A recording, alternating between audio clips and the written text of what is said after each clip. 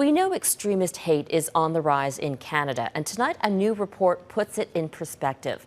A London-based think tank with funding from the Canadian government found close to 7,000 channels of right-wing extremism. And as Abigail Beeman reports, the haters are operating with obscurity on the internet. What do the 2019 federal election and the Christchurch mosque attack have in common? A new report shows they both caused spikes in Canadian right-wing extremist activity online.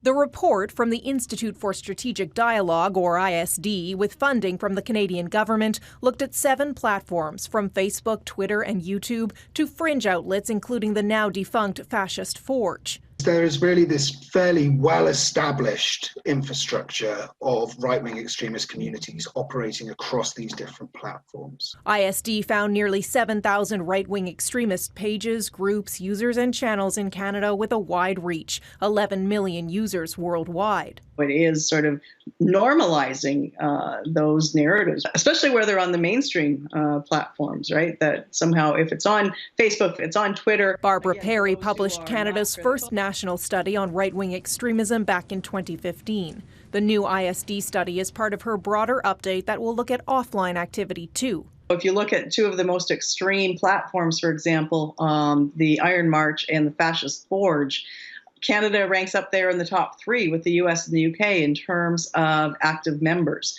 So I think that will come as a real surprise. Anti-Muslim hostility and hatred were among the most common topics. It really suggests that there is a concerted effort by Canadians to target Canadian Muslims, to say that they're not welcome in this country and even to justify attacks against them.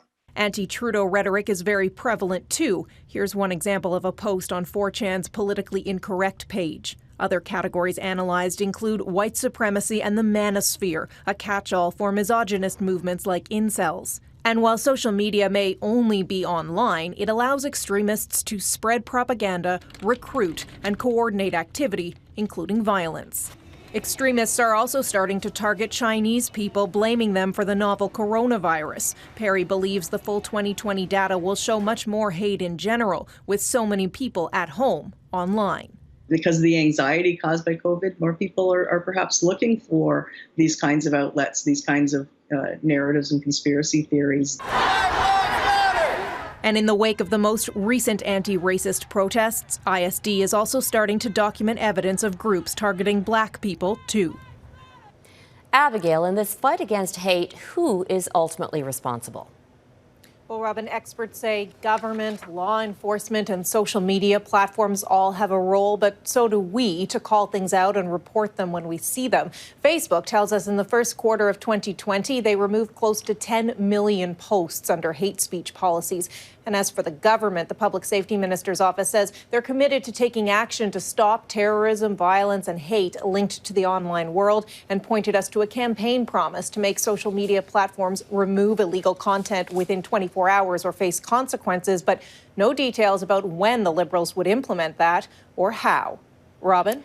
Abigail Beeman in Ottawa.